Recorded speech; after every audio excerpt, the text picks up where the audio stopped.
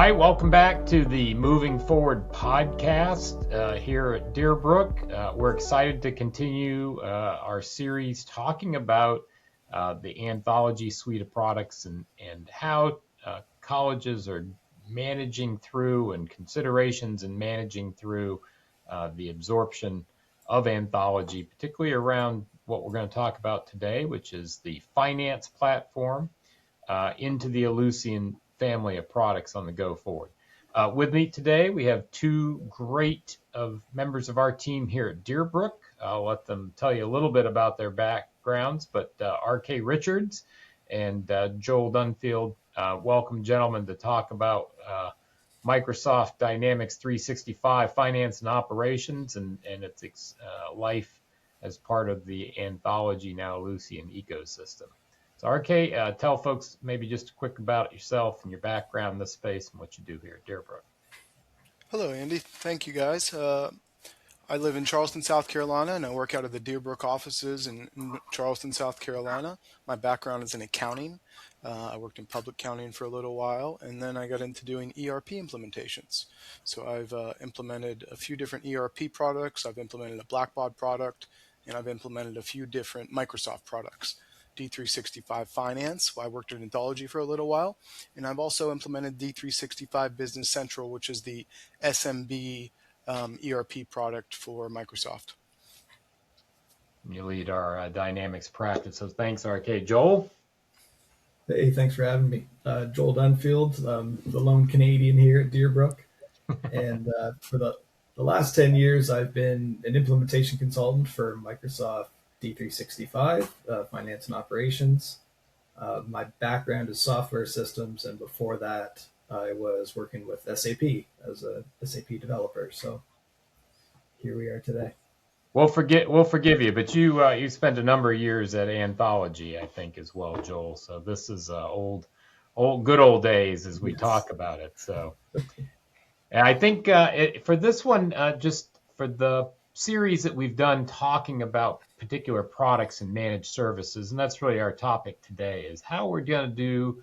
How can Brook help you? But what things do you need to think about if you're in the case where had Anthology, probably had student if you had finance. Not everybody had finance, not everybody had student got finance, but pretty much everybody with finance had student. So you're in the place where Ellucian has absorbed the products. We've learned that their roadmap is to include or at least keep both the finance and the student platforms as part of their Ellucian student strategy to extend them into the future. I think we know that finance is not given perhaps the same emphasis as they find for Anthology student as they do their visioneering around it. But anybody who's ever put in an ERP before knows it's the most fun they don't want to have again. And so many of our customers find themselves continuing to watch, but mildly excited, I would say, is often the sentiment I get about Ellucian student and the possibility of what it will do for them as they continue their journey with the Anthology student as backplane. But they do have these. So as we think about that, I guess I'd say, RK or Joel or both, what are your thoughts about that platform and its capability on the go forward? How does that fit for a business, particularly most colleges in Anthology, I would say, tended to be in the smaller space. How does F&O, D365 F&O, which is finance, fit in that ecosystem? I can take it first, Joel. I've actually seen both sides of it, Andy. As you know, we at Brook work on both D365 Finance and we work on D365 Business Central. So we see both products. If you were to go look at the Microsoft product suite, you would see that D365 Business Central is what they consider to be their SMB ERP product. SMB in Microsoft terms is up to $250 million in revenue. And then for those organizations that are above $250 million in revenue, Microsoft tends to push them to D365 Finance, which is what the Anthology Finance product is built on. Anthology customers will refer to the product as Anthology Finance, but anybody that's a Microsoft person knows that it's D365 Finance with some Anthology higher ed specific logic built into it and applied to it as well. And so, kind of to your point, what we see, dealing with users every day is it's much trickier for user adoption. It's not quite as intuitive as you would think it would be, for these colleges. And they struggle in many cases to learn how to do various things, learn how to do reporting, learn how to do workflows, learn how to extend it in some way with some sort of ISV product. And I think that those colleges in many cases are a better fit for Business Central. It doesn't mean that D365 Finance is not a good product. It doesn't mean that they can't use it and be successful with it. I've noticed and seen that the user adoption is a little bit more of a difficult road to hoe. That seems to stick. Joel, you've seen a number of those implementations. What's your experience with that in terms of again, sitting in the seat of somebody is, I got finance, I might be struggling with it. Yeah. What's your sense of that adoption and that grasping for something that's pretty complex in terms of its It is complex, yeah. In our case, right, the adoption can be tough. You're working with typically smaller teams for the Anthology clients, so they don't have the large centralized people that the D365 Finance is created for. Like, it's made for centralized procurement and centralized accounting and centralized where there's teams of people. So the struggle for them is, how do they put those many hats on and do all those processes in one system? And then to go with that is the complexity, like Arcay said, is how it changes their processes to like a standard process that's kind of very rigid, and you kind of have to follow what the system will let you do. There's not or not an easy way to get the information you want if it doesn't exist there. It's not open a form and get the information you want by clicking. You have to go through development or have a custom report built or something of that nature. So the rigorness or the standardization, I think, that the finance is kind of meant for, those large corporations that want to standardize across the globe versus a finance office at a college or institution.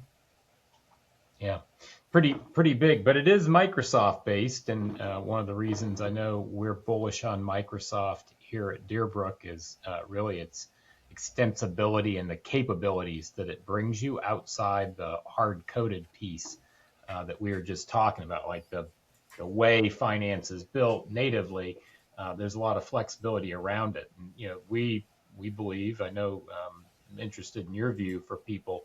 You bought finance, you have finance, you don't want to replace it necessarily, but you're not sure you're getting all the value for your team, particularly if it's a little bit too big for what you got, right? For the scale of your team, it's a heavyweight tool.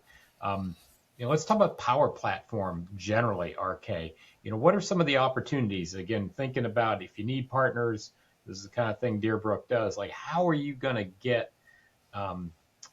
I'd say capabilities out of something that is almost inscrutable to the regular bookkeeper or even controller kind of person? How do you get value to help move you forward while you're in this platform? Yeah, this is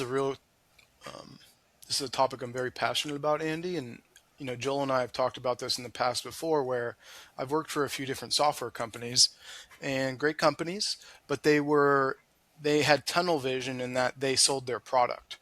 And in the case of Microsoft, there's a platform. And that's the value of Microsoft, in my opinion, is the platform. The products are part of the platform, but the products are extended by the platform, whether that's data extensions or workflow extensions or reporting extensions or applications that you can build on top of these products. And so I've seen it in multiple companies that I've worked with before, where the end users purchase the product and they don't quite understand the platform.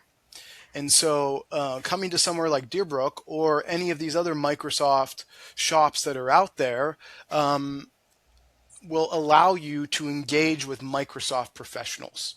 Microsoft professionals will be able to guide you through the platform and help you accomplish whatever that goal is. Maybe you want to integrate two products. Maybe you want to send workflows outside of finance to somebody that doesn't have a finance license. Maybe you want a developer to build an API of some sort. Maybe you need a form or a Power App that pushes data into the solution.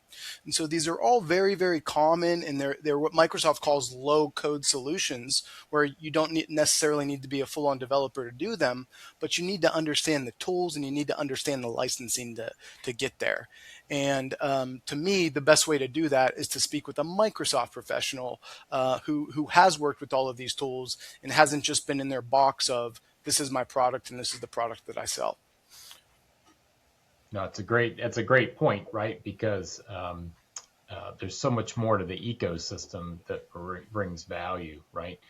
Joel, I mean, I know we don't rehearse these things; people may not believe it, but can you think of some examples you've seen where people have been able or been successful in bringing kind of outside tools to connect to the platform as you've implemented them, or seen where the domain expertise that you and RK had working in Anthology, understanding how they extend it, were actually complemented by something on the outside? I'd say the best return is with the Power Platform is the Power BI. So the customers that can connect into Power BI and start building their reports that have that in-house skill, that to me is what really opens up the power of reporting with dashboards and things like that. It gives, again, back to the licensing. If someone doesn't have a finance license, it gives those people the opportunity to, say, monitor their department budgets or monitor expenses from their employees through reports that are online and just updated for them. So there's no more emailing out a report or saying this report's ready kind of stuff. Yeah, it's a really great point. I think we've seen that with our finance customers as well, right? The Microsoft licensing model has changed. Joel, you and I were talking about that before we started here, and used to be simpler. You would buy a license from Anthology and you'd get the license you needed, but Microsoft has atomized a lot of those licensing now, so it can be really expensive. And I had good experience with Anthology, kind of understanding to some extent how that licensing worked. But the value that I think we've been able to provide in those cases, and what I've seen is like the creative thinking again. Microsoft people, as RK was saying, it's like, well, maybe we can bring that outside the ecosystem, bring the data out and put it back in when you're done, or do the reporting that way. Because F&O reports, I don't, I'm interested in your experience, but almost from the college side where I've lived most of my life with Anthology, man, those reports are tough to get out, tough to use, unfriendly, and requires custom work to get them, which sometimes you need, but I think sometimes you can get around that. I talked a bit there, but maybe share your perspective from customers on that particular part. Do you want to touch on? I can touch on the licensing first. It does get expensive, in my opinion, when you are, the licensing again was used to be one license for basically the full platform of F&O to use, and now that they've separated into each piece, it starts to add up. And from the Anthology side, you have a finance license to get to your general ledger and your AP and AR, but that doesn't include your purchase orders. So if a client wants to use purchase orders, then you're getting a supply chain license. And on top of that, so that's an additional fee. And then if you're using the project management and accounting module for, say, your grant recording or grant tracking or even in-house projects or construction projects, that's a project license. So now you have one user that needs 3 licenses just in order to do their job. And the biggest ones that I always saw was around budgeting. So we use just a budget manager to see their department budget and their expenses and what that was looking like. You had to get them a a budget sorry, a budget license, which was a finance license, in order for them to get into the system and approve stuff. So again, back to the Power Platform, if you can get the approvals outside of it right there, you've saved all those users from having to log in to do that. And if I may add on to that, Andy, and I think it's important for organizations that are using this product to understand, when you're dealing with the software companies, which Deerbrook and other consultants are not, we don't sell software products that are our own. We sell Microsoft software products. They're wanting to sell more software, and that's their goal and that's their motivation. And so if you came to them with a budgeting problem, their answer to that budgeting license problem is to sell you more licenses. Where somebody like Deerbrook would say, let me sell you a one Power Platform license, and let's push all these budgets out into Excel and let your users manipulate Excel, and then we'll push those spreadsheets back into Anthology Finance, and you guys can then post your budget and do your budget versus actual reporting. The software company is never going to give you that advice for probably two reasons. One, it doesn't really increase their sales. And number two, their employees aren't really trained to think that way. They're trained to think about the product. They're not trained to think about the platform. And so maybe in some cases they know, maybe in some cases they don't know, but they don't have the incentive to give you that advice. And I know that sounds, not great, but it's just the truth. They're software companies and they sell software. Yeah, I mean it's a really good point, and it's they're trained as you guys were when you were working there is how to and it's challenging enough with F&O. You think about Anthology, right? You gotta there's a lot of ways to solve that, but as you point out, they're not, and it's not a ding on them. It's just not their job, right? They're trained to solve all the problems that come along with finance and or any other of the products, right? And it happens in every software company. It's not unique to Anthology, but that idea of having and I think that's really a really key point. The if you have go back to the thing we started with, right? You got the product, you don't really want to change it out, and F&O is sometimes oversized, and it's also a little clunky, frankly, compared to your friends at Workday, for example. It's a tough nut to crack. It does everything you want, but you got to know how to make it do it.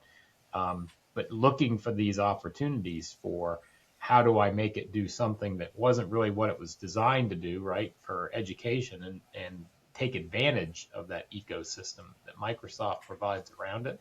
Super good. In fact, one of the things that I know comes up, and it's sometimes I think undersold as the folks think about Anthology Finance, is really its architecture to rely on APIs.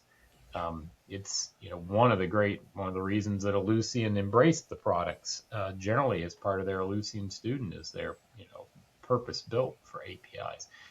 RK, what's your sense of that in terms of how far that leveraging can go? Maybe it's with other products like ISV kind of products, or what's your experience with it in terms of how to make it more than what it starts with if you're owning that product? Certainly, it's a big part of the ecosystem. API connections can become major operational dependencies. Everybody's using a payroll system. Maybe they're using Anthology's payroll system. Maybe they're using ADP or Paycor. It's very, very common that you're using some third-party payroll. Maybe you're using a third party to process donations. Maybe you're using a third party to track attendance at events and fundraising galas. So all of those things are better off having an API connection that can push data right into the solution. You don't have to touch it twice. You don't run into, coding errors or typos that may happen as just everyday processing.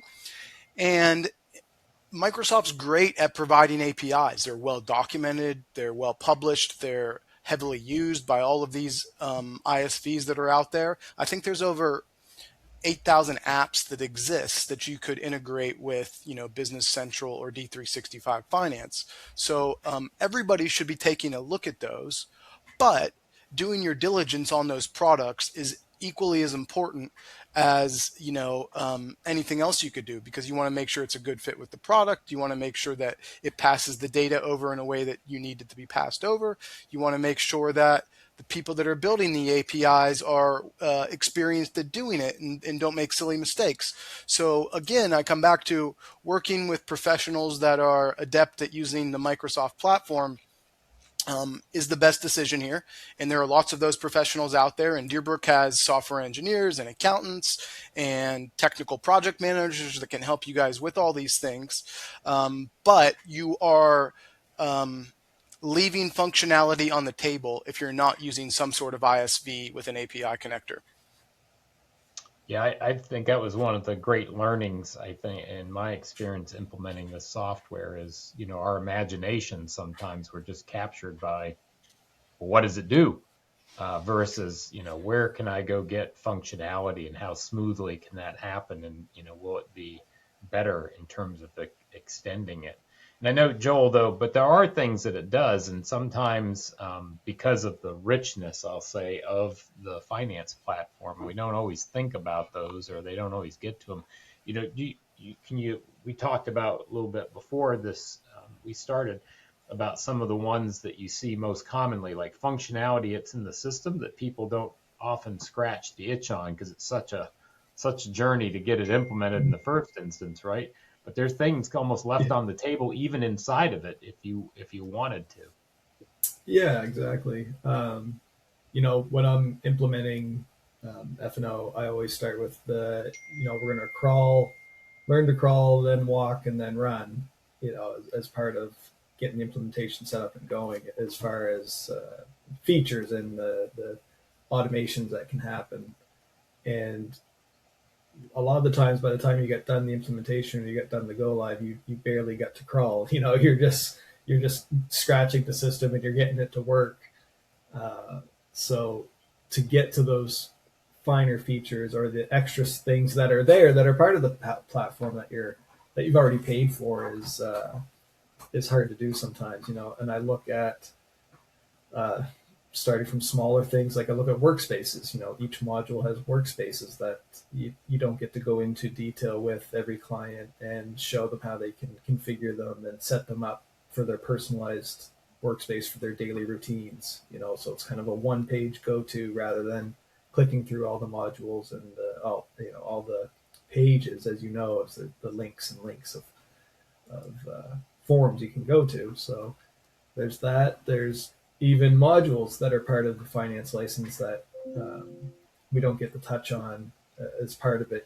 If I think of asset leasing, it's a full leasing module that typically never gets spoken about. So if you are handling leases and you want to track those leases and the financial details of them within the software, that's there, and you can do that. It just needs set up, and you need to find a partner that can has the Microsoft skills and can work with you to set that up with you and how you want it to work, even if that's a post go live kind of scenario.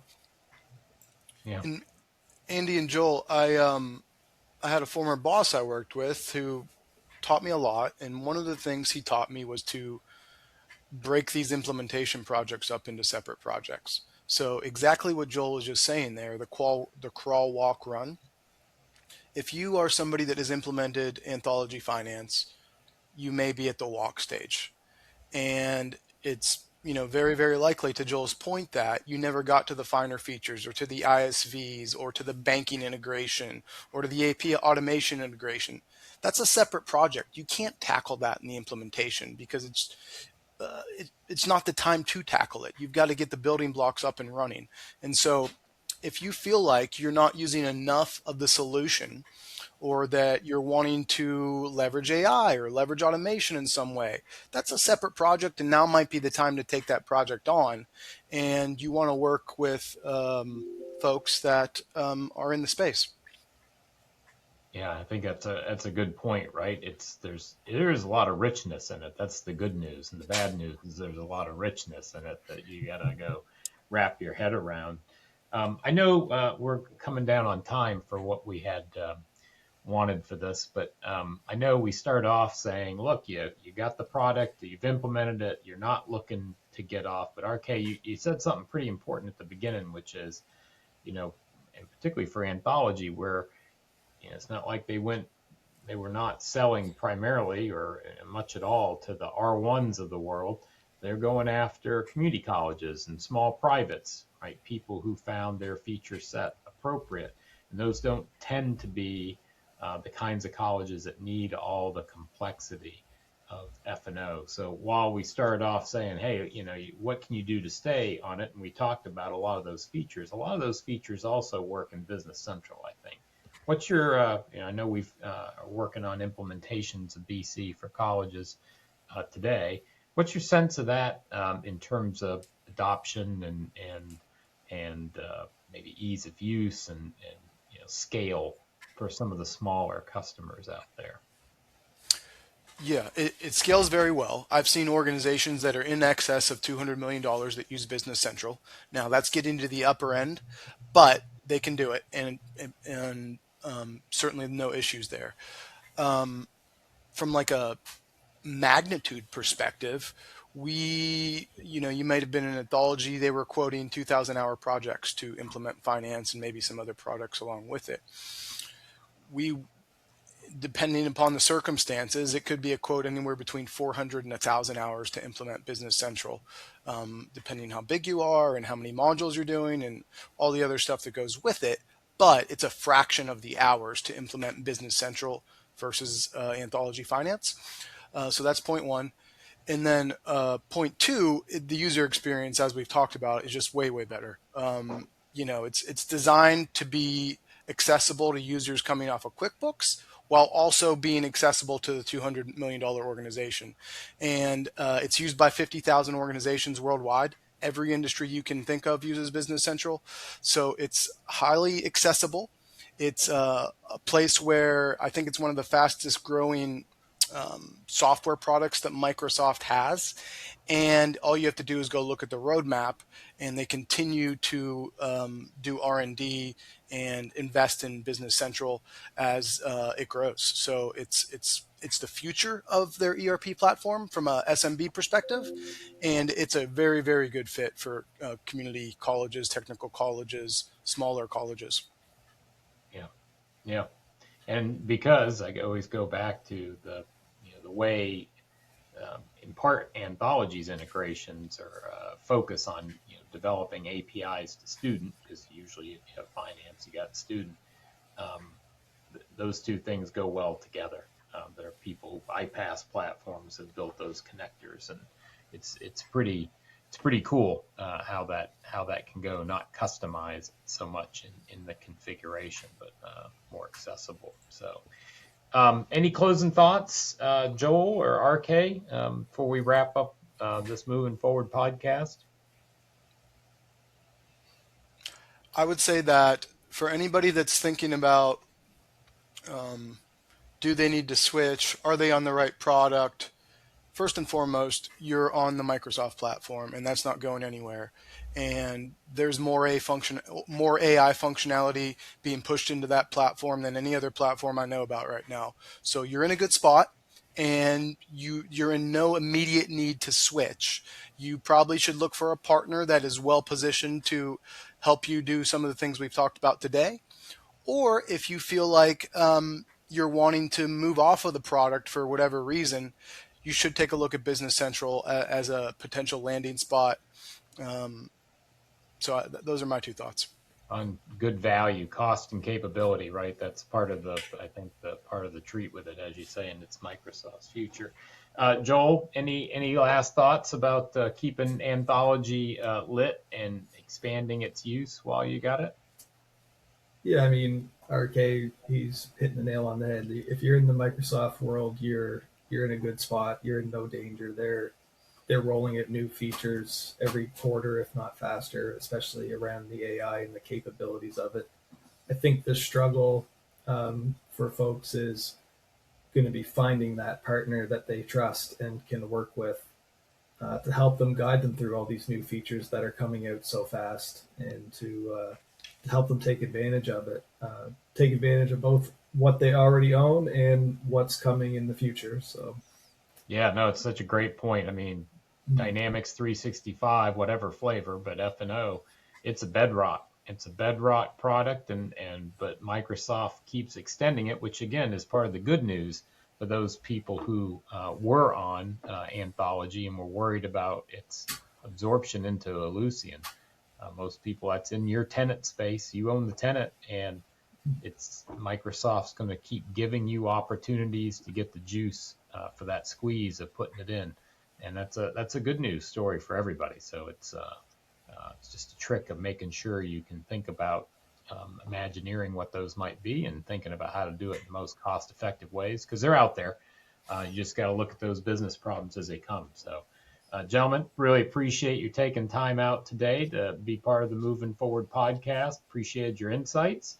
And to all those who listen, thanks for taking some time to be with us. And if you have questions or concerns, of course, you know how to reach us. So thanks again for attending today.